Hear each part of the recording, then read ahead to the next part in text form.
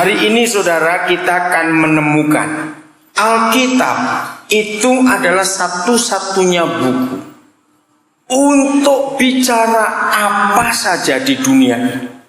Nah, kalau gereja, khususnya anak-anak muda, tidak pernah melihat dan menghargai Alkitab seperti yang kita akan dengar hari ini, maka gereja akan kehilangan kuasa dan otoritas. Ingat, otoritas tertinggi di alam semesta ini ada di firman Tuhan. Katakan amin. Saya ulangi lagi ya. Otoritas tertinggi di seluruh alam semesta ini. Jadi nggak cuma dunia. Kalau kita nyebut dunia, itu kecil sekali dibandingkan alam semesta yang tak terhingga itu. Maka itu kita nggak cuma berkata dunia, kita bicara tentang alam semesta. Saya harap saudara menangkap ini. Dua ayat yang menentukan. Satu, Kejadian 1 ayat 1. Jelas sekali saudara bahwa itu otoritas tertinggi pada mulanya adalah firman, adalah Tuhan itu sendiri pada mulanya. Lalu yang kedua, di Yohanes 1 ayat 3. Segala sesuatu yang di alam semesta ini. Bayangkan segala sesuatu yang di alam semesta ini. Yohanes 1 ayat 3, oke. Dijadikan oleh siapa? Firman. Dia itu adalah firman. Dan tanpa firman tidak ada satupun yang telah jadi di dunia ini. Apa saja. Nah, kita akan melihat ini secara sepintas dulu. Betapa hebatnya firman Tuhan ini. Suatu kali dalam pertemuan ini di antara dosen-dosen di dua perguruan tinggi di Bogor, rupanya ada dosen yang sangat skeptik. Dia nggak mau percaya Tuhan walaupun dia orang beragama. Rupanya dia tersinggung dengan penjelasan saya. Saya bilang, maafkan Pak, saya bukan tidak menyinggung, tapi begini dah. Coba Bapak sebutkan satu hal saja yang Alkitab tidak pernah bisa jawab menurut Bapak. Saudara, karena dia orang pintar, dia cuma nyebut satu kata dengan nada sinis. Pak, tolong buktikan kepada saya bahwa komputer, sistem komputer sudah ada di Alkitab. Muat dengan nada yang sinis dan nantang. Saya bersyukur kepada Roh Kudus, karena Roh Kudus pernah menunjukkan itu kepada saya sebelumnya. Saudara, saya lari aja, nggak usah jauh dari komputer yang pertama, tapi dari internet. Suatu hari sebagai hamba Tuhan, Roh Kudus pernah ngajak saya berpikir gini, Daniel, kamu bisa nggak menemukan ayat yang menurut kamu dan hamba-hamba Tuhan lain itu sulit dan mustahil dikhotbahkan? Roh Kudus itu kalau mengajar saya hal-hal yang sangat sederhana, seringkali gelitik gitu ya. Bayangkan untuk apa saya suruh cari ayat yang nggak bisa dikhotbahkan? Cari ya. Akhirnya ketemu di Matius 5 ayat yang ke-17. Coba kita lihat ayat ini. Waktu saya baca ayat ini, saya tanyakan kepada beberapa teman, saudara, mereka juga pada tertawa. Ya betul juga ya. Bagaimana itu mau khotbah ayat ini? Janganlah kamu, ya 17-18 ya. Janganlah kamu menyangka bahwa aku datang untuk meniadakan hukum Taurat atau kitab para nabi. Aku datang bukan untuk meniadakannya, melainkan untuk mengenapinya. Karena aku berkata kepadamu, sesungguhnya selama belum lenyap langit dan bumi ini, satu iota huruf Ibrani itu seperti huruf Jawa. Kalau saudara tahu aksara Jawa, satu huruf tapi titik atasnya bengkok ke kiri, bengkok ke kanan, beda tidak artinya? Ya, pangkonya tahu dia orang Jawa. Nah, huruf Ibrani juga begitu seperti huruf Mandarin. Ada titiknya, garisnya, beda semua artinya. Nah, Tuhan Yesus berkata begini di ayat 18. Karena aku berkata kepadamu, sesungguhnya selama belum lenyap langit dan bumi ini, satu iota atau satu titik pun tidak akan ditiadakan dari hukum Taurat sebelum semuanya terjadi. Ini tahun 80-an awal, saya menemukan ayat ini. Saya berkata kepada Roh Kudus, bagaimana ada pendeta bisa khotbah tentang titik? Betul? Satu iota dan satu titik pun tidak akan pernah ditiadakan. Saya bilang, Papa, siapa bisa khotbah? Oke, tahun 93 bulan Mei, kami suami istri ada di Pasadena, di California. Kami nginap di rumah seorang hamba Tuhan dari Semarang, namanya Pak Virgo Handoyo. Saudara, begitu kami masuk ke rumah Pak Virgo itu, kami nginep 2 hari di situ. Pak Virgo itu lagi duduk. Waktu itu saya belum pernah tahu namanya notebook, belum laptop. Tahun 93. Saya panggil dia Englok, nama Tionghoanya. Lok, ngerjain apa kamu? Oh, saya lagi nulis naskah di notebook. Nah, bayangan kita notebook bahasa Belanda dulu kan buku notes kecil itu. Saya bilang, Lok, kok notebook sakmono gede ini, Lok? Saya bilang begitu. Dia tertawa, saudara. Tapi saya nggak ngerti, kok besar sekali notebook itu. Nah, sekarang seperti laptop itu. Oh, Koden belum tahu. Iya, belum tahu. Terus lagi ngapain kamu? Sebentar, karena kami tiba malam dan kami mau makan malam. Kemudian sebentar ya, sebelum makan malam, setelah naskah ini selesai, saya mau kirim email ke teman saya di New York. Saya tuh bingung, email barang apa itu? Jangan tertawa pas tertawa saya. Tahun 93 Indonesia belum dengar kata email. Email itu apa, Lok? Saya tanya lagi.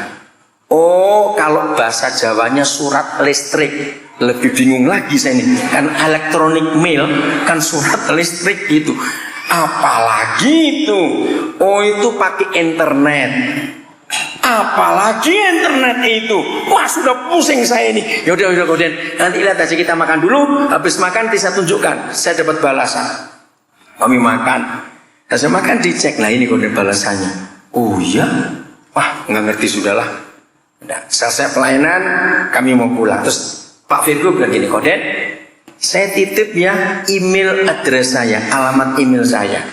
Jadi kalau Koden keliling kemana-mana, ketemu orang punya email address, tolong saling tukar, supaya bisa connect. Oh ya, saya bilang gitu aja, nggak ngerti. Ketemu di mana yang punya email itu? Itu masih asing di kuping saya. Akhirnya kami balik Indonesia. Satu hari, saudara, setelah berapa saat di Indonesia, saya dapat telepon dari New Zealand. Dari kota Auckland, salah seorang anak mahasiswa yang waktu SMA saya pernah bimbing dia di Surabaya. Dia telepon saya cerita soal pelayanan. Ngomong-ngomong, terakhir dia bilang, Koden, saya punya alamat email. Oh email, denger lagi email. Saya belum tahu, saya bilang gitu, Koden belum tahu. Tapi ini loh, ada orang Indonesia di California. Oh boleh tukarkan gitu. Janji ya, jangan guyu ya. Kalau saudara tertawakan saya dosa, awas, janji. Nah saya kan nggak ngerti. Tolong bacakan, lewat telepon saya bacakan. Terus dia ngomong, Koden, titiknya kurang, dotnya itu. Saya ini polos betul. Ambil ngomong, halah, cuma titik, mau kayak 10, kayak 20 kan iso. Saya bilang gitu. Mau kasih 10 titik, mau 20 titik. Kan saya nggak ngerti, saya nggak baca titiknya itu, saya cuma bacain.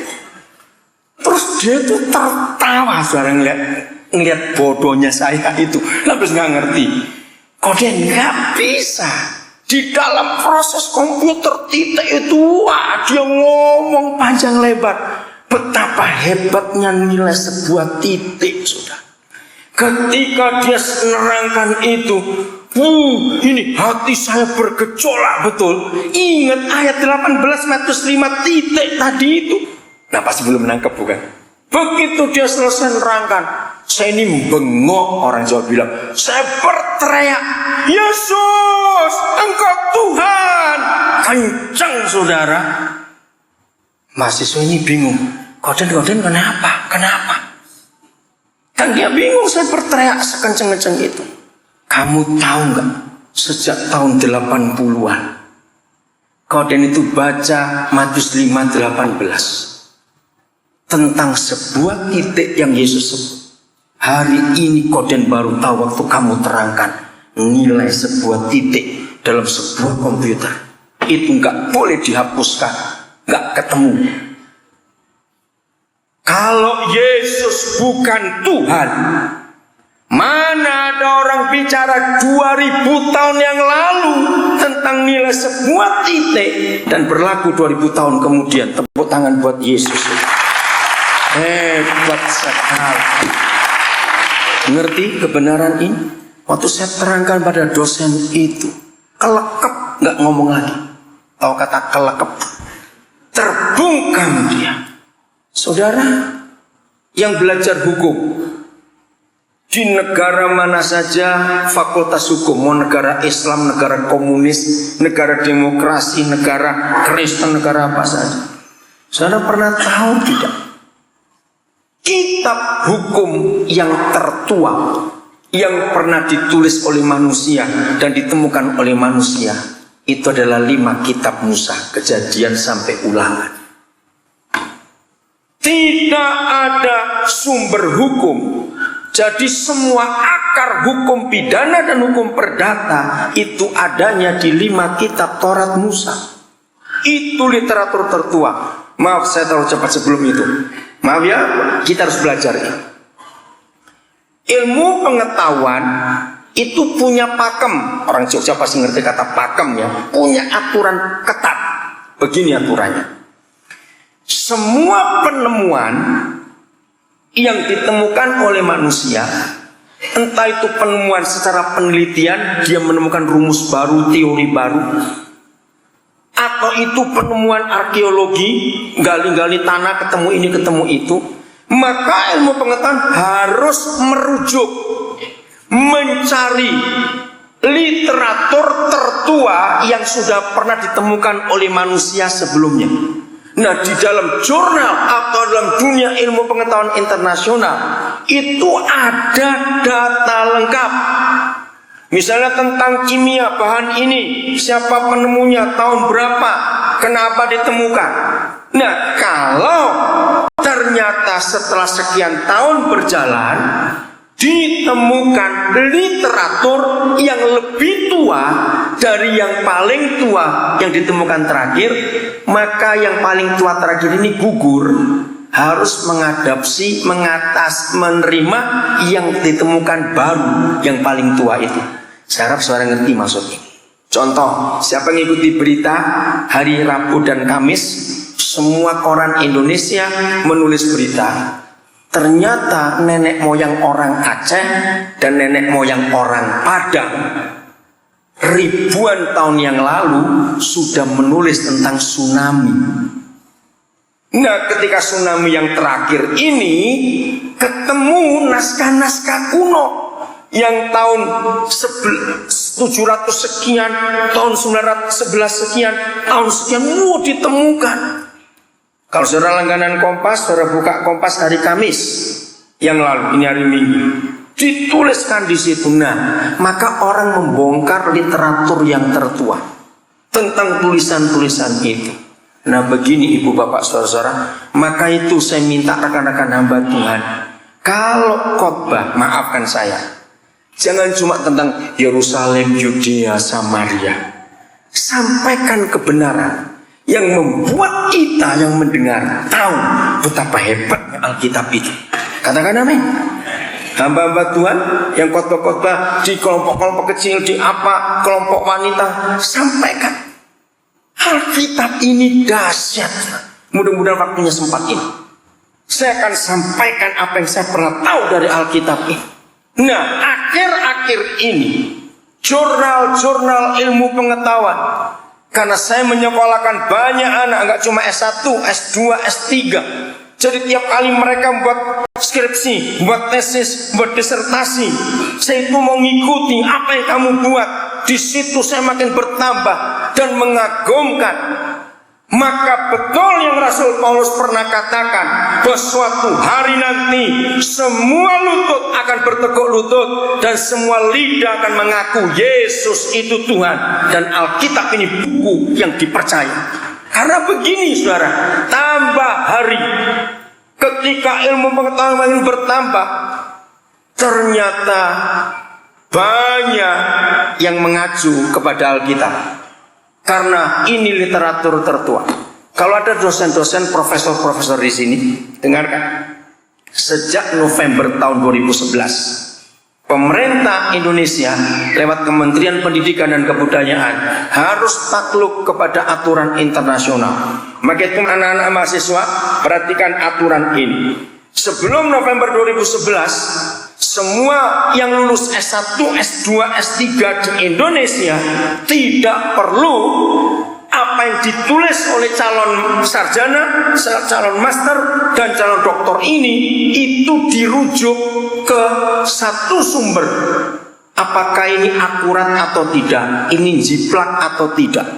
Sejak November 2011, pemerintah Indonesia diminta semua mahasiswa yang buat skripsi, yang buat desertasi, yang buat tesis itu S2, yang buat disertasi, sebelum disahkan oleh perguruan tinggi setempat, itu dicocokkan dulu ke jurnal internasional. Sudah pernah buat atau tidak? Jadi nggak ada punya ijazah aspal lagi atau skripsi mujiplak. Awas kamu. Harus dicocokkan. Nah, saya setuju dengan hukum itu. Waktu itu saya tahu karena salah satu anak kami sedang menyelesaikan disertasinya S3 di UI. Luar biasa. Nah, itu nanti akan memperkuat Alkitab, akan menjadi satu-satunya buku acuan tentang semua ilmu pengetahuan di dunia. Tepuk tangan saudara buat Tuhan Yesus. Itu hebatnya Alkitab nanti ini. Saya beri contoh lain. Tahun 54, arkeolog menemukan lempengan tanah liat.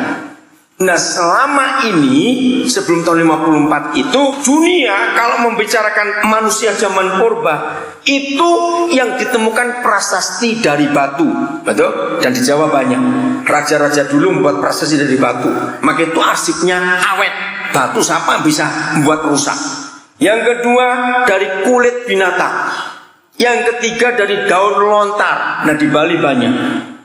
Nah, waktu tahun 54 di Mesopotamia bagian utara, Irak utara, mereka menggali menemukan ribuan lempeng tanah liat.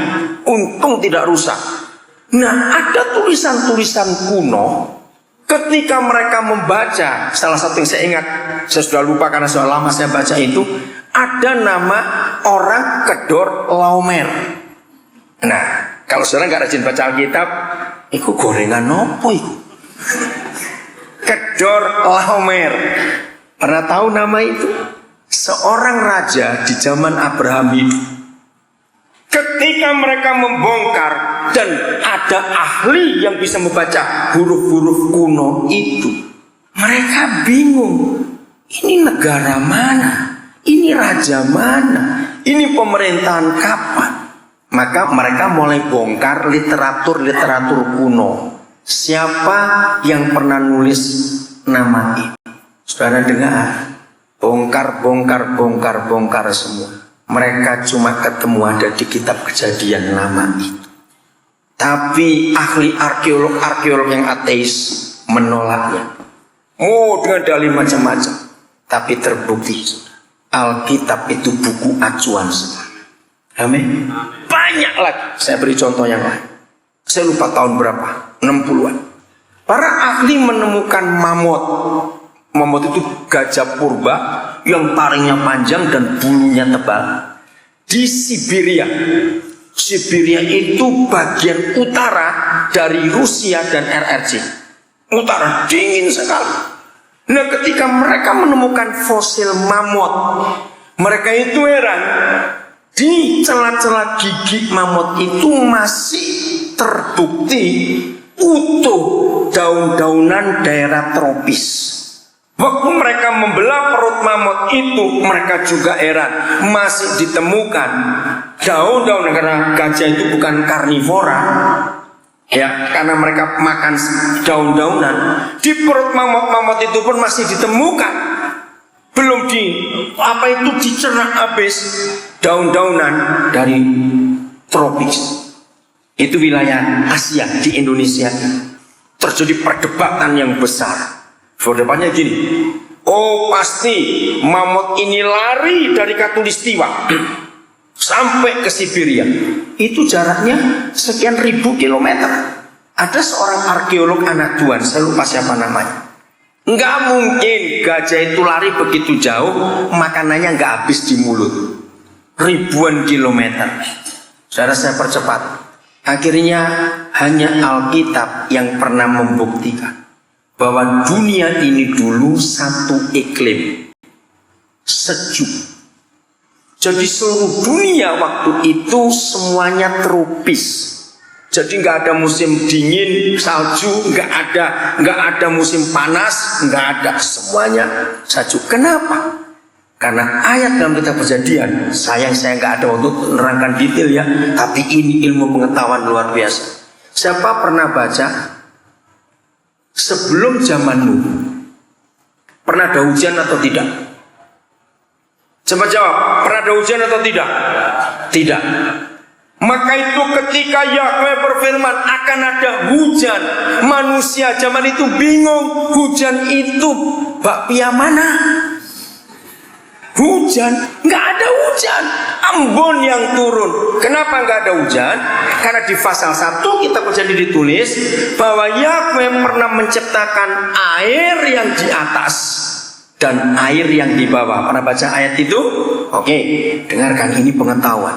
Dan kitab Kejadian adalah kitab tertua yang pernah membuktikan bahwa di lapisan atas kita ini, setelah atmosfer, stratosfer, semuanya itu ada lapisan air. Nah, lapisan air itu yang ditumpahkan ke dunia sampai jadi banjir besar. Maka itu dalam ilmu pengetahuan, sebelum air bah, dunia tidak pernah ada peragian, nggak pernah ada fermentasi bahasa kimianya. Maka itu waktu Nuh dengan anak-anaknya dan orang-orang zaman itu memeras anggur, nggak pernah beragi atau beralkohol. Catat itu baik-baik. Sebab ultraviolet, sinar ungu matahari ditahan oleh lapisan air itu. Dan lapisan air itu yang membuat dunia cuma punya satu iklim.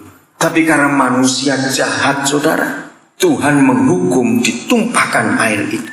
Maka itu kenapa di Papua ada orang seperti orang Afrika. Sebab zaman sebelum air bah, benua ini menyatu, tidak terpisah dengan laut. Dulu laut tidak ada. Nah, dari mana kita tahu dulu tidak ada? Satu, National Geographic pernah menuliskan, saya lupa tahun 83 di bulan berapa edisinya. Tapi tulisan tertua bahwa laut tidak ada lagi itu ada di Wahyu 21 ayat 1. Jadi saya harap semua saudara mulai hari ini kalau membaca Alkitab jangan merasa muak. Buku kayak begini, ya, bagaimana cara bacanya? Saya punya perkataan begini, saudara. Kalau orang Kristen itu malas baca buku, dia pasti masuk neraka. Kenapa begitu? Dengar dulu ya. Saya nanti ngomong, jangan tersinggung dulu. Maka itu, apalagi mahasiswa malas baca buku, mau kuliah model apa kamu? Dengar baik-baik.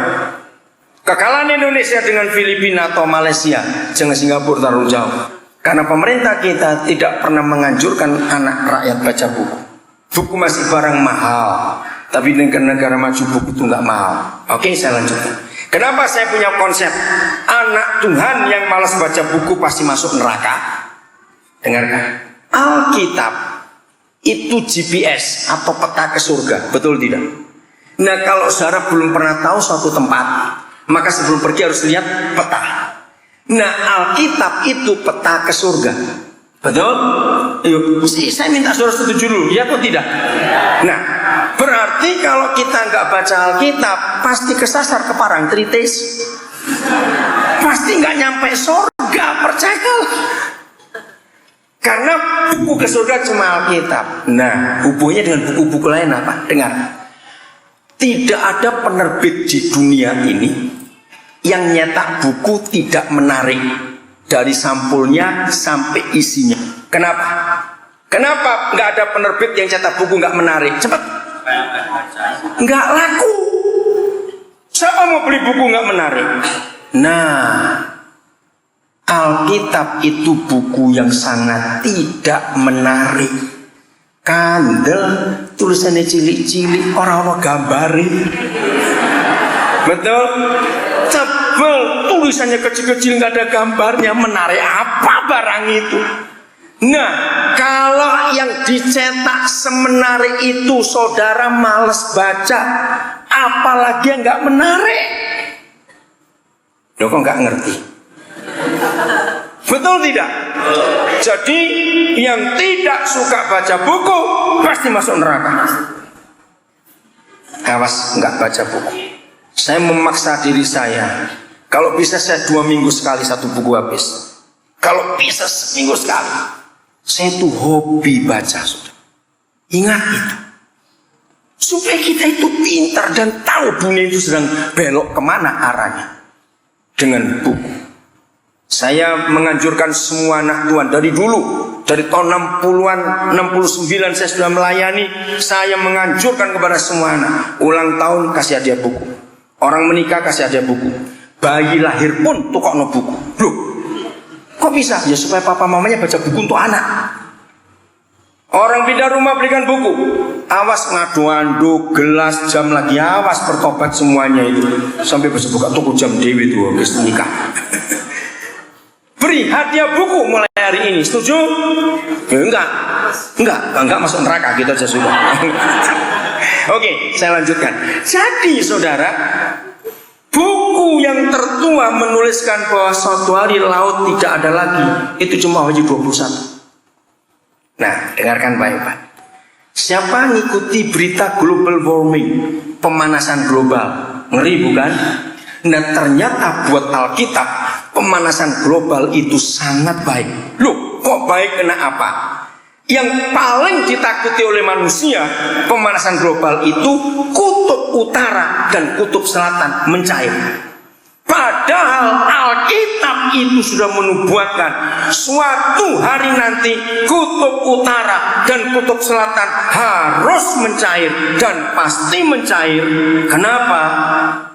Pernah nggak membayangkan bagaimana di laut yang asin, walaupun tidak semua kita pernah ke kutub utara atau kutub selatan, tapi saya tanya, percaya nggak bongkahan es di kutub utara, kutub selatan itu air tawar, bukan asin? Loh, percaya tidak? Terus ngandeloy lah, gak popo, ngandeloy pokoknya, saya percaya saja. Itu air tawar, saudara. Nah, kan aneh, bagaimana di lautan yang luas asin ada kumpulan es yang air tawar? Alkitab yang bisa menjawab, saudara. Itulah air yang pernah ada di atas di Kejadian 1. Dan begitu mereka mencair nanti, Yahweh Tuhan akan mengembalikan air itu ke atas lagi. Maka itu laut tidak ada lagi. Akhirnya lautnya jadi tawar, saudara. Siapa mengikuti berita? Dalam 15 tahun yang akan datang, perang yang terbesar di dunia nanti, perang berebut air. Mata air, sumber air mulai habis. Maka itu yang suka buah banyu, saya nggak berkata buang-buang air itu lain artinya, ya buangin air, betul? Awas, siapa yang kalau sikat gigi itu air masih mancur terus, tetap gebuk memburi wong itu. Jadi waktu gosok itu matikan airnya. Air itu satu-satunya buatan Tuhan, nggak bisa ada artifisialnya, nggak bisa ada palsunya. Beras ada palsunya, daging ada palsunya, semua ada gigi palsu juga banyak. Tapi air nggak bisa diganti dengan apapun juga. Maka itu sayangi air. Mandi yang berjam-jam mancur terus bertobat, saudara. Awas ya. Air itu makin langka sekarang. Dunia lagi ketakutan, air bersih makin langka. Makin hari makin banyak negara kekurangan air. Nah, Alkitab mengajar semuanya. Jadi global warming itu bagus karena Alkitab menuliskan lebih dulu. Maaf, saya nggak ada waktu untuk meneruskan. Yang mau disusun saya kasih email, alamat email saya. Ayo, saya tunjukkan ayat-ayat yang luar biasa. Nah, kembali ke Mamot tadi. Akhirnya seorang arkeolog Kristen yang menyatakan tidak, binatang ini nggak makan di tropis lalu lari ke Siberia. Tapi memang Siberia pun zaman dulu itu tropis, ada tanaman-tanaman tropis. Tapi karena ada bencana, Kalau teorinya Einstein ada Big Bang, benturan besar. Tapi kalau Alkitab berkata Lucifer yang jatuh ke bumi lalu menghancurkan semuanya itu. Maka itu saudara, seandainya Tuhan iseng sekarang, fosil itu terjadi, makhluk hidup itu matinya mendadak, bukan mati wajar. Kalau makhluk hidup itu mati wajar, tidak jadi fosil, saudara. Kenapa mati mendadak? Karena tiba-tiba temperatur berubah drastis. Itu pada zaman Nuh terjadinya. Jadi gini, kalau Tuhan iseng, tiba-tiba Jogja dibuat minus 60 derajat Celcius, maka kita semua kaku duduk. Saya lagi begini di sini kaku. Bisa bayangkan ya? Terus terpendam Gunung Merapi meletus semua, maya. Terus berapa ribu tahun yang lalu ada arkeolog gali-gali, wih ono gedung gede, kok orang banyak duduk di sini ngapain? Ngerti nggak contoh itu tadi? Kita memfosil kalau matinya mendadak karena temperatur berubah drastis. Ingat berita-berita yang terakhir di Eropa, musim dingin yang gila, banyak orang mati kedinginan. Nah itu contohnya. Oke, saya lanjutkan. Jadi Alkitab akan jadi buku acuan. Bicara kesehatan, saudara pernah kagum nggak lihat surat Musa? Musa adalah orang pertama di dunia yang menuliskan makanan apa yang sehat dan makanan apa tidak sehat. Kejadian 1 ayat 9 dan 10 sampai ayat 29 dan 30, 4 ayat itu kejadian 1. Sejak kejadian 1 Tuhan sudah berkata kepada manusia bahwa makanan kita itu biji-bijian. Oh saya salah, 19, coba lihat, saya lihat dulu. Kejadian 1, 19, sebentar. Makanan kita biji-bijian. Nah, kata biji-bijian dalam ayat ini, sebentar saya lihat dulu ya. Itu ternyata bahasa kesehatannya fiber, serat fiber. Tahu ya? Serat. Nah, itu yang sering makan vegeta supaya pencernaan kita itu lancar. 29. Terima kasih Pak Gembala dan Ibu. Saya salah. 29-nya. Nah, lihat ini. Jadi ribuan tahun yang lalu Yahweh sudah memesan kepada manusia makanan kita itu biji-bijian. Kita ini bukan karnivora, maka itu kita nggak punya taring. Ya, kita ini bukan pemakan daging, walaupun campur bisa. Berfirmanlah Tuhan, lihatlah aku memberikan kepadamu segala tumbuh-tumbuhan yang berbiji di seluruh bumi, dan segala pohon-pohonan yang buahnya berbiji itulah akan menjadi makanan. Tahun 80-an seorang penulis Amerika mengupas ayat ini dengan tema judulnya The Genesis Diet. Jadi hidup sehat pola kita kejadian. Ayat pertama yang dibahas adalah kata biji. Itu serat, itu fiber. Kenapa orang banyak kena kanker usus? Karena makannya daging melulu, saudara. Maka kena kanker. Mengapa jeroan tidak boleh kita makan? Kenapa di kitab Taurat jeroan itu milik Tuhan? Baca nggak kitab Taurat? Termasuk lemak. Maka itu yang geragas sangkeme, kuabe, dimplok, pasti cepat mati. Lihat cari kata-kata itu baik-baik. Yang milik Tuhan jangan kita makan. Jeroan dan lemak itu milik Yahweh. Itu hanya boleh dibakar, saudara, supaya bau harum ke surga. Itu bukan makanan kita. Maka itu orang yang hobinya makan jeroan, asam urat itu nomor 1 pasti ini. Hebat Alkitab itu contoh kecil. Kenapa sekarang semua dokter kandungan pasti melarang ibu hamil makan kerang-kerangan? Kenapa? Ternyata itu penyebab autis 60% di dalam kerang itu.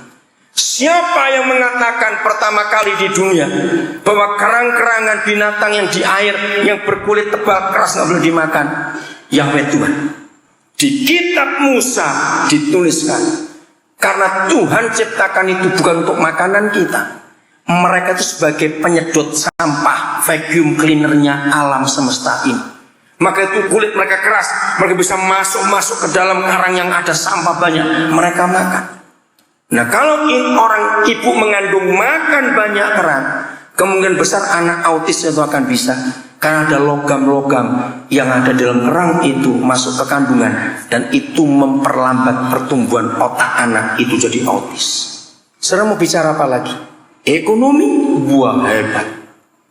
Musa itu nulis tentang ekonomi. Saya nggak ada waktunya. Hak asasi manusia yang baru-baru ini kita dengar, ternyata Ulangan 24 ayat 6 mulai saudara baca di situ tentang hak sesama manusia. Itulah hak asasi manusia. Musa adalah orang pertama yang menulis hak asasi manusia. Maka itu saya senang lihat dua gambar di depan ini. Umat yang berkarakter Kristus, satu kebaikan, satu keramah-tamahan. Itu ada di kitab Ulangan. Siapa pernah membayangkan berapa juta orang kira-kira dipimpin Musa dari Mesir ke Kanaan? Kira-kira berapa juta? 3 juta lebih. Maaf ya, saudara tahu nggak literatur tertua tentang sanitasi? Sapiteng. Itu kitab Ulangan, saudara. Bayangkan 3 juta orang. Maaf, jangan tersinggung. Saya ini ngomongnya apa adanya. Walaupun orang ngising bareng sedino, saudara. Nggak berak barengan 3 juta orang. Tapi kira-kira berapa juta yang berak hari itu? Satu hari 2 jutaan bukan? Nggak punya WC zaman itu, karena mereka jalan terus. Ternyata ada satu ayat pendek di kitab Ulangan. Begini Yahweh pesan kepada Musa. Tiap kali kamu buang air besar, bawalah cetok kecil. Bayangkan, kok guyu tak boleh isi ya? Saya ini lupa di mana ayat. Lo tenanan ini kok guyu? Aduh, saudara itu. Lo kenapa lah? Itu loh, antara orang nggak pernah baca Alkitab.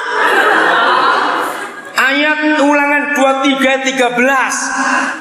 Nah, ayat ini adalah literatur tertua tentang sanitasi. Katakan amin.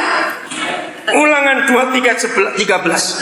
Di antara pelengkapanmu haruslah ada padamu apa? Sekop kecil, dan apabila engkau jongkok.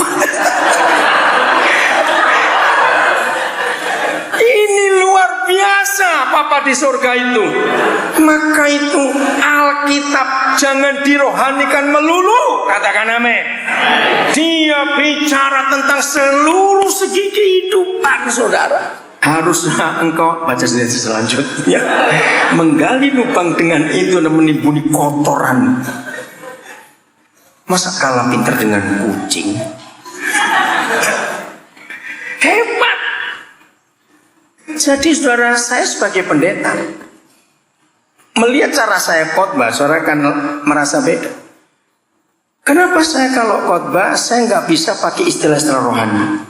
Karena sudah lama Tuhan pakai saya untuk bicara di depan banyak forum yang bukan Kristen. Saya pembicara banyak seminar. Nah, tiap kali mereka selesai mendengar saya memberi ceramah, menyampaikan makalah, saya itu tidak pernah pakai pustaka, buku apa saja. Maka itu setiap kali saya selesai memberi ceramah, mereka pasti tanya, Bapak pustakanya mana supaya saya bisa beli? Bapak nerangkan itu dari buku yang mana? Terpujilah Yesus Tuhan kita. Kalau saya sampai nanti di bulan Agustus tahun 2012, saya akan mensyukuri saya 40 tahun jadi hamba Tuhan, saudara. Dan selama 40 tahun ini Alkitab ini dahsyat. Saya tidak pernah khotbah, memberi ceramah, memberi seminar, memberi makalah dari buku lain.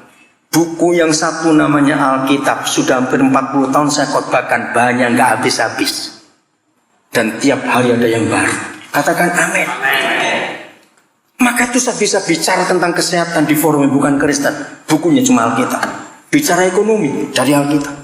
Bicara apalagi keluarga dari Alkitab. Bicara politik dari Alkitab. Siapa ada mahasiswa sospol di sini? Saya tunjuki kepada saudara, ada yang sospol, sosial politik. Saudara tahu kata republik? Loh, tahu nggak republik gitu? Yang dipakai negara kita negara republik. Lah kok diem semua, nggak jawab. Itu adanya di Alkitab.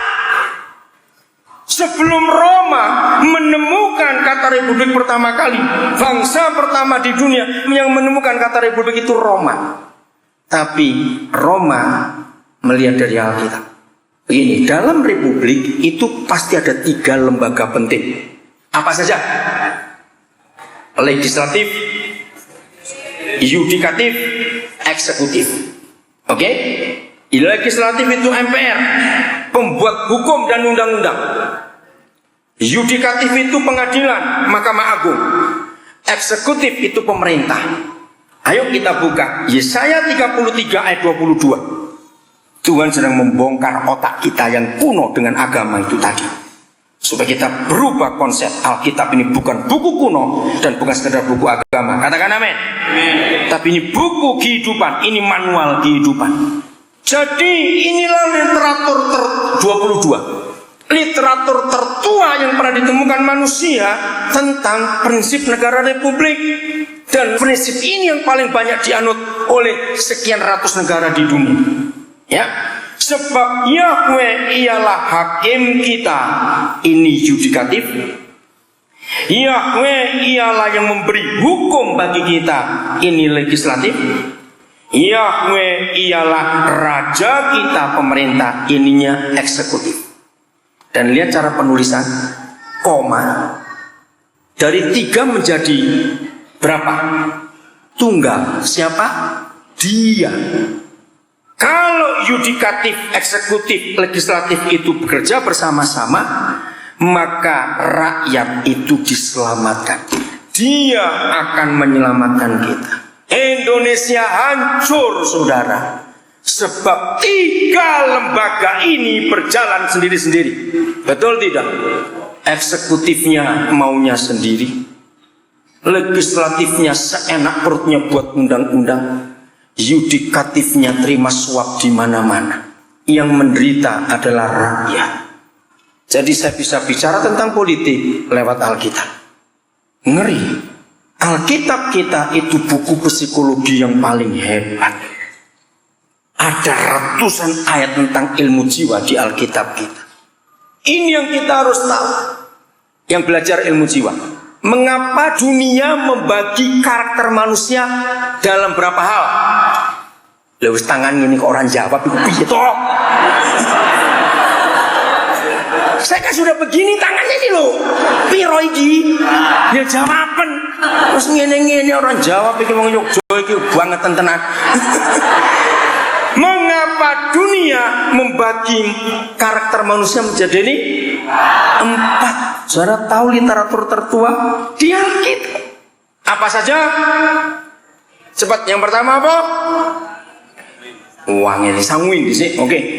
Sanguin itu orangnya kayak apa? Lincah, riang, bludak-bluduk, ngomong gede, rame begitu. Yang kedua apa? Kolerik. Koleriknya bagaimana? Apa? Kaku. Apalagi? Ketus. Apalagi? Ayo yang umum supaya kita tahu. Apa? Ya, oke, kita lihat. Yang ketiga apa? Melankolis. Apa? Gimana? Suka murung, suka nangis, minder gitu ya. Yang keempat apa? Pragmatis. Oke, kita buka Yesaya 40. Yesus Tuhan sebelum datang didahului oleh Yohanes Pembaptis. Dan Yohanes Pembaptis dinubuatkan oleh Yesaya pasal 40. Ayat 3 saya mulai baca. Yesaya 40 mulai ayat 3. Ada suara yang berseru-seru, persiapkanlah di padang gurun jalan untuk Yesus. Luruskanlah di padang belantara jalan raya bagi Tuhan kita. Sebab setiap lembah harus ditutup. Inilah orang melankolis, selalu merendah ke bawah, putus asa, hidup gak semangat, pemurung. Orang melankolis terus dipulihkan hidupnya. Yang kedua, dan setiap gunung dan bukit diratakan. Inilah orang yang kolerik, hidupnya gak pernah stabil, naik turun, naik turun. Dia merasa dirinya benar sendiri, maunya di atas terus, tidak mau turun. Tuhan bilang, ratakan gunung bukit itu. Yang ketiga, dan tanah yang berbukit-bukit harus menjadi tanah yang rata. Ini orang yang pelin-pelan. Esok kedelai, sore tempe, istilah orang Jawa. Berubah terus. Kalau bapak-bapak seperti ini, anak yang pusing. Tadi pagi bilang tidak boleh, sore bilang iya. Terus gimana sampai dituruti ini? Harus dirubah. Luruskan, ratakan yang berbukit-bukit. Yang keempat, dan tanah yang berlekuk-lekuk harus menjadi dataran. Apa yang terjadi kalau karakter dasar ini dipulihkan? Lihat ayat 4. Ayo baca sama-sama ke kalimat pertama. 1, 2, 3. Maka kemuliaan Yahweh akan dinyatakan, dan seluruh umat manusia diapakan? Akan melihatnya bersama-sama. Sungguh Yahweh sendiri telah mengatakan. Saya lari ke Injil Markus pasal pertama. Ini rahasianya. Saya ingin bagikan pengalaman ini pada Bapak Gembala juga, dan kepada semua psikolog. Pakai ayat ini untuk menolong orang masalah kejiwaan. Kemarin malam waktu kami dijemput dari airport oleh Bapak Kanjeng Raden Tumenggung Daud, masih orang Jogja kenal bukan? Lalu telepon saya bunyi. Saya tahu anak ini di umur 30-an belum menikah, kena skizofrenia. Dia itu makan obat sejak umur 16 tahun waktu papanya meninggal. Dia tergoncang, saudara. Hidupnya jadi penakut. Nggak bisa sekolah, nggak bisa kerja. Awal November lalu pertama kali saya ditemukan dia. 15 tahun makan obat 3 kali sehari. Dan 1 kali makan, kalau pagi 4 macam obat, siang 5 macam obat, sore 6 macam obat. Kalau tidak dia nggak bisa tidur, dia nggak bisa aktivitas apa-apa, terus ketakut. Nah, Tuhan baik. Malam itu saya cuma doakan dia. Saya mintakan ampun kepada Tuhan. Saya ajari dia, kalau saudara melihat pencobaan Tuhan Yesus, itu ilmu jiwa yang luar biasa. Jadi waktu dia dicobai oleh iblis, itu bukan setan datang langsung, tidak. Perhatikan kata lapar dan haus. Semua manusia kalau kelaparan dan kehausan, itu halusinasinya tinggi sekali. Betul tidak? Nah, ini psikologisnya, saudara. Ketika halusinasinya tinggi, datanglah setan dengan kata-kata. Nah, Yesus cara menghadapi dengan doa. Maka itu apa-apa nggak bisa dengan doa saja, harus diatasi. Jadi kalau kita menolong orang, ayo kita doa, belum tentu. Ajari untuk hidup benar, ngomong dengan sebaliknya. Nah, Tuhan Yesus bicara kepada roh jahat itu. Begini kata Tuhan, begini tertulis. Itulah fakta, itulah hitam di atas putih, dan itulah firman Tuhan. Katakan amin, saudara. Setan tidak akan pernah bisa melawan kalau firman kita majukan di hadapan dia. Katakan amin. Begitu setan tahu ini firman Tuhan, dia pasti mundur. Dan itu yang Yesus ajarkan. Jadi saya ajari anak ini, sekarang kamu takutnya dengan apa? Saya itu takut dengan tukang roti. Saya takut kalau dia bunuh saya. Terus saya bilang, sejak kapan kamu takut? 15 tahun yang lalu. Kamu sekarang masih hidup atau sudah mati? Dia tertawa. Berarti kamu gak mati bukan? Dan kamu sering ketemu tukang roti enggak? Iya, tiap hari lewat di depan saya. Berarti kamu dibohongin iblis. Mulai malam ini kamu ngomong, setan, tukang roti tidak pernah jatuh padaku. Buktinya sudah 15 tahun tiap hari mereka lewat di depan rumahku, aku gak mati sampai hari. Kamu takut apa lagi? Saya takut kalau mama saya mati. Sejak papamu meninggal, sudah berapa tahun sampai sekarang? 15 tahun. Mamamu sudah mati atau masih hidup? Masih. Ya sudah, kamu dibohongin lagi. Jadi ngomong, setan, mamaku gak akan mati. Buktinya hidup sampai hari ini dalam nama Yesus. Sudah cerita lagi banyak. Maka itu kalau nolong orang yang ada suara-suara halusinasi di telinganya, di pikirannya, bacakan firman, suruh mengucapkan dengan suara. Takut apa saja, suruh ucapkan dengan suara. Ini ayatnya yang Yesus hadapi. Terus saya bilang, malam ini langsung saya jadi papanya. Dia manggil saya papa. HP papa tidak mati, tapi papa minta mulai malam ini kamu tidak makan obat yang jatah malam. Aduh, pas saya takut, nanti saya kejang-kejang. Sudahlah, kalau kamu kejang, kamu telepon Papa. Papa akan doakan kamu. Saya tunggu sampai jam 3, handphone saya nggak bunyi. Tapi saya tetap nyalakan, saya tidur. Jam 9, nggak ada telepon juga. Saya mau telepon balik. Aduh, biar aja. Jam 11 anaknya baru telepon. Dia bilang, Papa, ini pertama kali dalam 15 tahun saya tidur tanpa obat. Wah, luar biasa. Dan saya bilang, ini kan jam 11. Berarti jatahmu pagi sudah lewat dong. Iya, saya nggak gemetar. Kalau gitu mulai hari ini kamu makan yang siang saja. Saudara, dalam 15 tahun pertama kali dia cuma sekali makan obat. Itu sudah berapa ratus juta obat dikeluarkan. Kan itu obat mahal-mahal. Sebulan kemudian saya suruh dia ke dokter untuk ngecek. Dokternya heran. Dokter bilang gak mungkin. Kamu langsung putus 2, tinggal 1. Dan itulah Alkitab, buku psikologi yang luar biasa. Katakan amin. Markus 1, cepat ya, Markus 1 ayat 1 saya baca. Jelas-jelas ditulis, inilah apa? Permulaan Injil tentang siapa? Yesus Kristus anak Tuhan itu. Stop dulu. Nah, kalau ini permulaan Injil, berarti yang Markus bahas ayat 2, 3 dan seterusnya itu tentang siapa? Tentang siapa? Yesus. Tapi lihat ayat 2.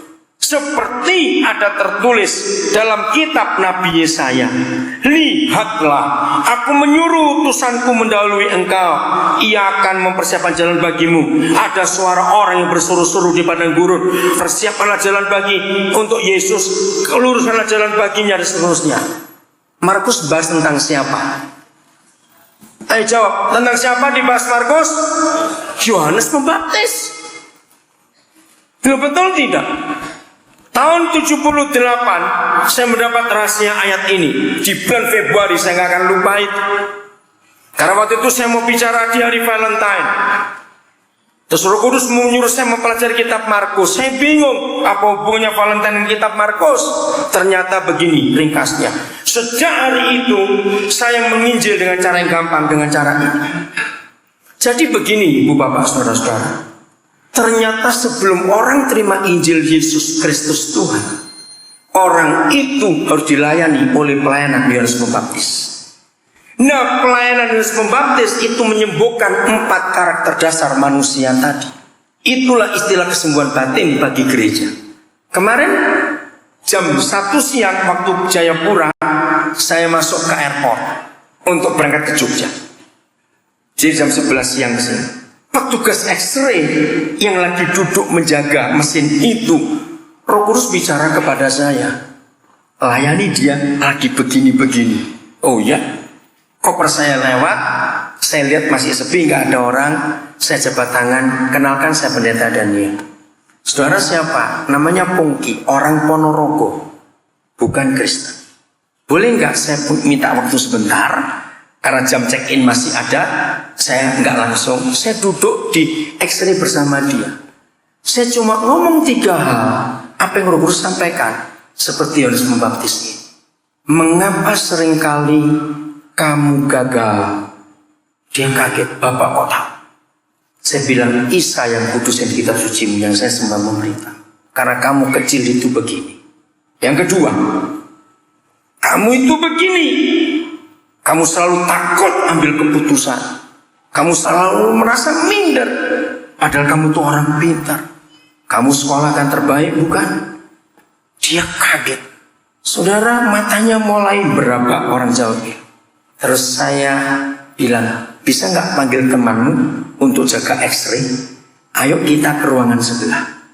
Yang ketiga saya sampaikan, saudara. Tumpah air matanya. Langsung saya peluk dia, saya doakan. Hari ini 2 kali di SMS saya. Tadi malam dia SMS saya, Bapak sudah nyampe Jogja, baik-baik atau tidak? Yang ngantar saya 2 orang. Satu Roni, satu Priyo. Priyo ini polisi, Roni ini arsitek. Dia lihat, gampang sekali mencari jiwa. Memang. Saudara, kalau pelayanan Yohanes Pembaptis kita dulu kan, Orang itu disembuhkan masa lalunya, disembuhkan batinnya. Injil gampang masuk. Tadi malam di Jatimulyo saya ketemu 2 anak. Begitu saya masuk rumah itu, saya lihat ada seorang anak. Saya pikir dia laki-laki. Mikir lagi nggak dia pertama sama istri saya. Rambutnya cepat, pakai kaos singlet, celana pendek gayanya. Tapi kok ada dadanya? Saya tuh bingung, ini laki atau perempuan. Terus dikenalkan namanya ini gitu. Oh, cewek. Nah, waktu kami doa, tahu anak ini ada sebelah saya. Ternyata dia itu sakit, empedunya bermasalah, sehingga sekarang tiap hari harus masukkan alat, obat apa saya nggak tahu.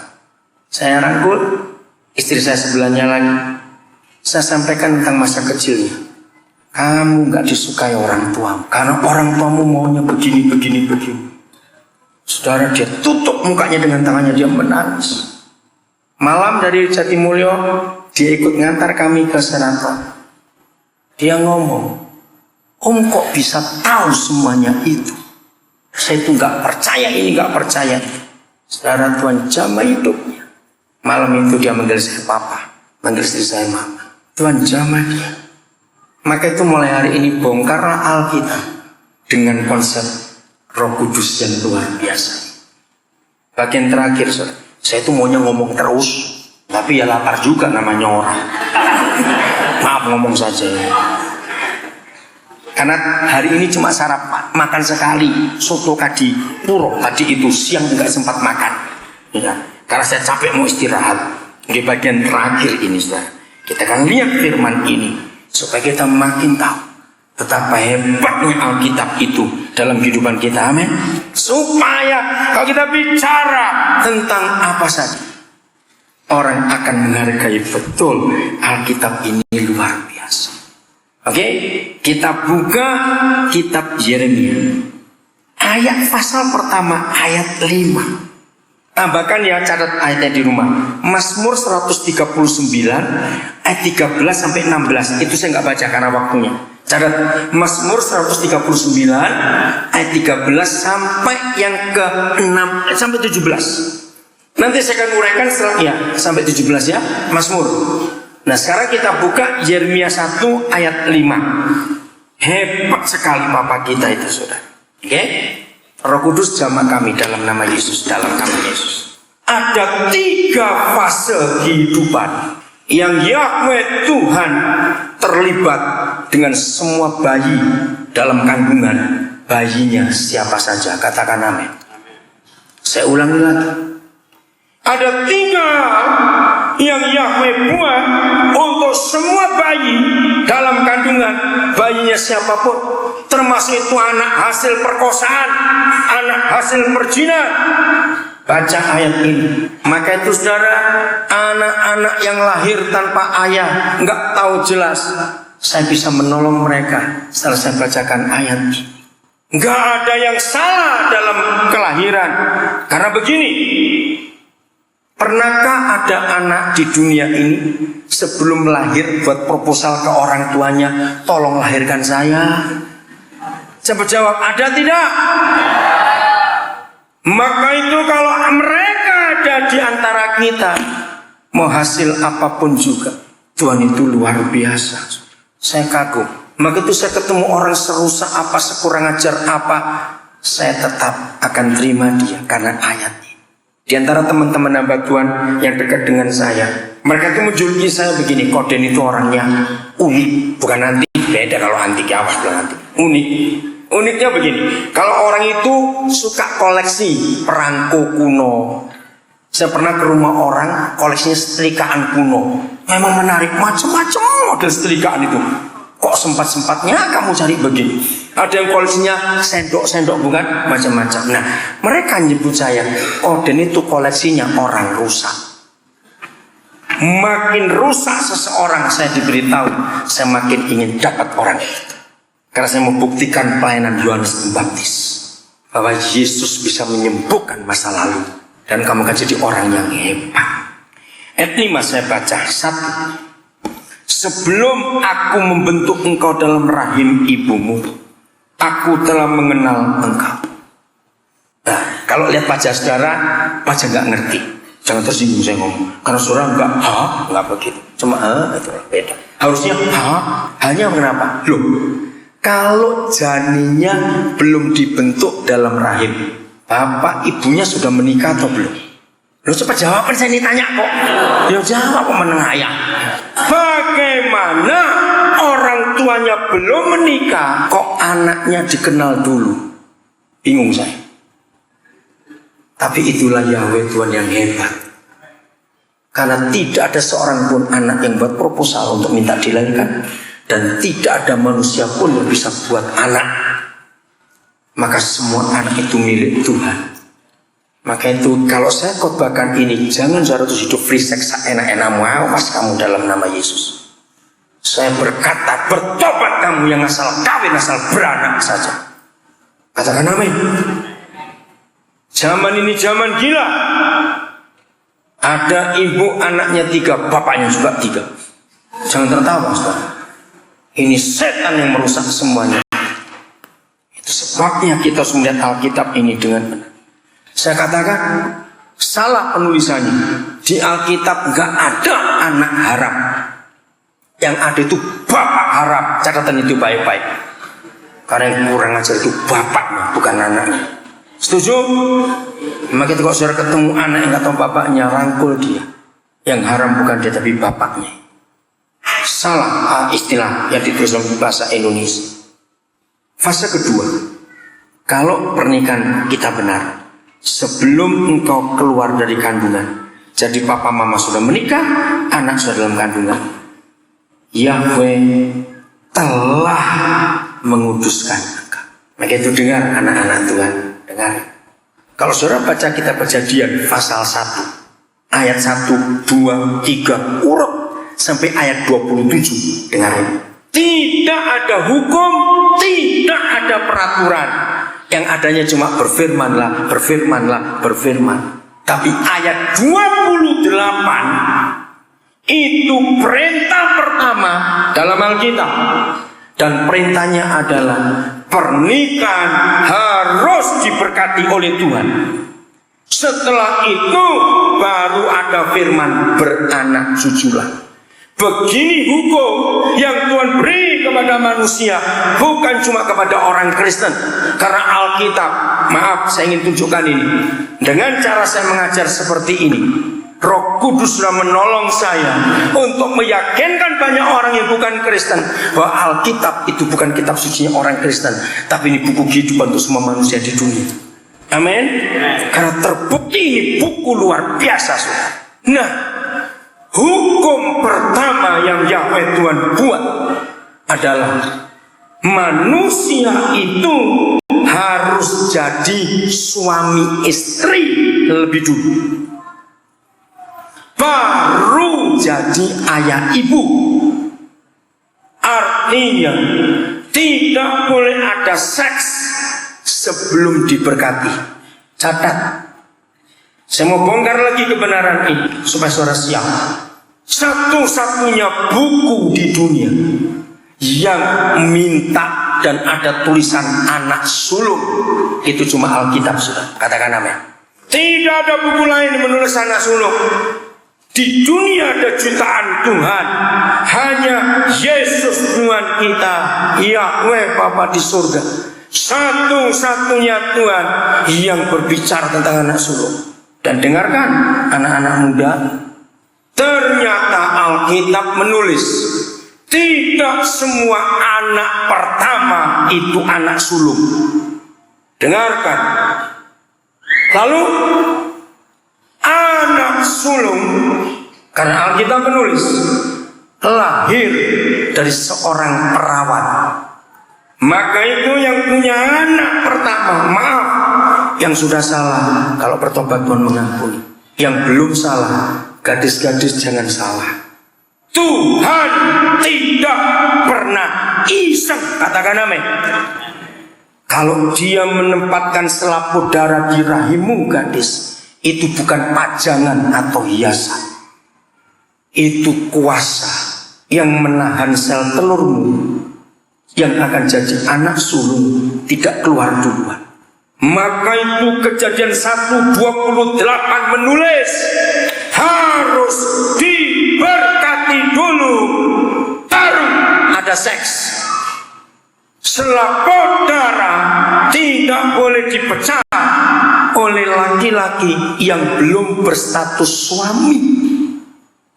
Jadi waktu dua orang itu diberkati, itu bukan peraturan gereja, bukan supaya orang itu dapat surat kawin catatan sipil negara. Itu perintah. Ketika tangan gembala diletakkan di atas kepala kita, maka seorang laki-laki dilantik jadi suami hari itu, maka dia dikuduskan. Perempuan ini, gadis ini dilantik jadi istri. Benih laki-laki kudus, kandungan perempuan kudus. Begitu mereka lakukan hubungan seks pertama kali, masih kudus, lahirlah anak sulung. Hebat bukan Alkitab itu, saudara? Tidak ada buku yang pernah membahas kesulungan. Bahkan kitab tertua yang membahas keperawanan itu kitab Keluaran, saudara. Tidak ada buku yang lebih tua dari kitab Keluaran yang membahas tentang keperawanan. Maka itu jangan anggap enteng Alkitab ini mulai hari ini. Apa saja tentang hidup kita tahu bukunya sekarang. Bukakan. Saya diberi keyakinan hebat oleh Roh Kudus. Saya mendengar berita apa, melihat kasus apa, Roh Kudus bisa tunjukkan saya ayatnya di mana. Maka itu saya makin hari makin cinta buku ini. Karena ini buku luar biasa. Maka itu yang bosan dengan Alkitab bertobat, masuk neraka nanti, ingat baik-baik ya. Saya nggak ngancam, saya cuma ngomong, beda kalau ngancam. Oke, saya lanjutkan. Jadi ketika laki perempuan itu menikah, maka anak yang dikandung itu langsung dikuduskan sejak dalam kandungan. Bayangkan kalau semua anak-anak saudara itu dikuduskan sejak dalam kandungan, mana mungkin anak itu jadi anak bermasalah? Betul? Fase ketiga, hebat. Masih ayat 5. Aku telah menetapkan engkau menjadi titik. Saya nggak baca nabinya karena saya bicara umum. Dan saudara perhatikan, dari 3 fase ini, tensesnya past perfect tense. Aku telah. Artinya apa?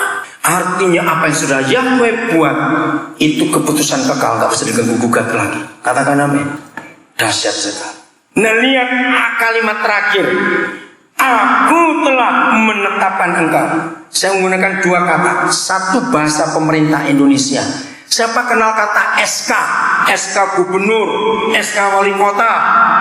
Apa itu SK? Surat keputusan. Kalau rakyat Indonesia dapat SK gubernur, wah itu kuat tidak, saudara? Kuat. Nah, sebelum kita semuanya lahir, ternyata surga sudah punya SK untuk kita. Kok nggak ada yang amin? Ini kan luar biasa. Kalau saya pakai bahasa Alkitab, destiny. Tahu kata destiny? Tujuan akhir itu di ayat ini. Jadi apa? Tergantung. Bisa dokter, bisa nabi, bisa pilot, bisa pedagang, bisa ahli ini, ahli itu. Tergantung. Tapi ruang kerjanya, kalimat terakhir, di mana bagi siapa? Bagi bangsa-bangsa. Jadi sebetulnya ketetapan Yahweh Tuhan untuk setiap kita, saya pakai istilah bisnis, itu sudah go internasional sejak masih dalam kandungan. Lo nggak amin lagi. Aduh, kok nggak seneng sih ini khotbah yang ngotot kayak gini. Ini kayak botol kabeh menentok. Maaf. Hebat nggak Tuhan kita sekarang ini, saudara? Ya, cok bengok gitu ngamuk ikut jenenge. Wah, ya wes ya ampuni. Saya beri contoh terakhir. Maaf bagi yang belum pernah dengar nama ini. Kalau saudara mendengar nama Steve Jobs, saudara mikir apa? Awas mikir bakpia, awas. Ayo begitu dengar kata Steve Jobs, saudara mikir apa? Handphone. Betul? Dia orang pertama di dunia yang menemukan handphone layar sentuh, termasuk laptop juga namanya iPad. Tapi orang Indonesia nggak mau kalah. Ternyata orang Indonesia berkata enggak. Layar sentuh touchscreen pertama itu warteg, warung Tegal itu. Kalau kita kan warung Tegal kan buding di kacanya ini. Oh, orang Indonesia gak gelem kalah. Saya waktu baca itu ngekal saya, kurang ajar ini. Loh, tapi betul kok, kan touchscreen itu namanya. Oke, ayo balik ke Steve Jobs. Tinggalkan warteg dulu. Saudara, Steve Jobs sangat menggenapi Yeremia 1 ayat 5. Dia bukan Kristen, dia Hindu. Catat itu baik-baik. Dan dia Hindu yang taat. Saudara, Steve Jobs lahir tanpa ayah. Sebab ibunya masih mahasiswi semester 2. Bapaknya semester berapa? Ibunya asli orang Amerika kulit putih. Bapaknya orang Arab. Ketika kakek neneknya Steve Jobs dari pihak ibunya tahu anaknya hamil dengan orang Arab, marah. Tidak boleh. Paksa untuk gugurkan. Tapi mahasiswi ini enggak. Dia enggak mau gugurkan. Dia tahu dia salah. Kandungan usia 5 bulan, orang tua masih paksa gugurkan. Tapi ibu ini enggak mau. Akhirnya mamanya Steve Jobs ketemu satu pasangan Kristen. Namanya Thomas Jobs. Thomas Jobs ini takut akan Tuhan. Lalu mereka mendatangi mahasiswi ini untuk mengadopsi anak dalam kandungan yang belum tahu dia laki atau perempuan. Apalagi zaman itu belum ada USG. Steve Jobs lahir tahun 55. Saudara, sampai dia mati 5 Oktober 2011 yang lalu, dia nggak pernah ketemu bapaknya. Buat saya Steve Jobs itu idola.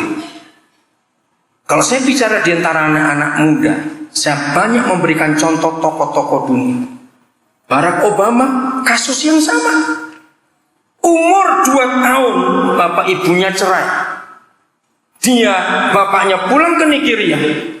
Umur 4 tahun mamanya menikah lagi dengan orang Jawa namanya Lolo Sutoro. Anak ini sejak kecil, apalagi Amerika pada zaman itu anti kulit hitam, dihina kalau pergi kemana-mana. Tapi opanya Barack Obama dari pihak mama itu orang yang cinta Tuhan dan takut Tuhan, mendidik Barack Obama kecil untuk kenal Yesus. Barack Obama umur 6 tahun, bapak tirinya lulus dan tidak bisa punya visa lebih lama di Amerika. Lalu mereka bertiga pindah ke Indonesia. Barack Obama umur 8 tahun, adik tirinya lahir, Maya Sutoro. Konflik terjadi di keluarga mereka tinggal di daerah Cikini, Jakarta. Akhirnya umur 10 tahun dengan dipaksa, bapak tiri merasa keberatan ngurus 2 anak.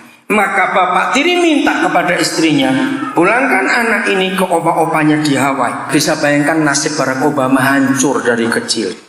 Dia bisa milih untuk rusak, tapi surga punya ketetapan, punya SK buat orang ini. Amin kan, saudara? Maka itu Yeremia 1 ayat 5 itu hebat. Jangan pernah gugurkan kandungan. Kalau ada yang gak mau anak, beri kami siap menampung anak. Saya suka anak-anak kecil. Ayo. Nanti tanggal 25 April ini ada 1 bayi lagi lahir, gak tahu siapa ayahnya. Dan dari keluarganya saya selalu hubungi, gak mengurus baik, kami akan ambil 25 April ini. Kemarin saya dapat SMS, keluarganya minta biaya persalinan Dr. Oki. Saudara, karena saya selalu beriman, setiap anak yang dilahirkan itu punya destiny, punya SK dari surga. Bagaimanapun kejadiannya. Maka kalau saudara nginjil dengan cara seperti ini, siapa yang gak akan terima Yesus? Betul tidak? Karena ada kesempatan hidup yang luar biasa. Steve Jobs jadi orang hebat. Dunia diberkati lewat hidupnya. Seharusnya anak-anak Tuhan yang jadi berkat buat dunia. Maaf, saya khotbahnya cukup lama. Tuhan memberkati saudara semua.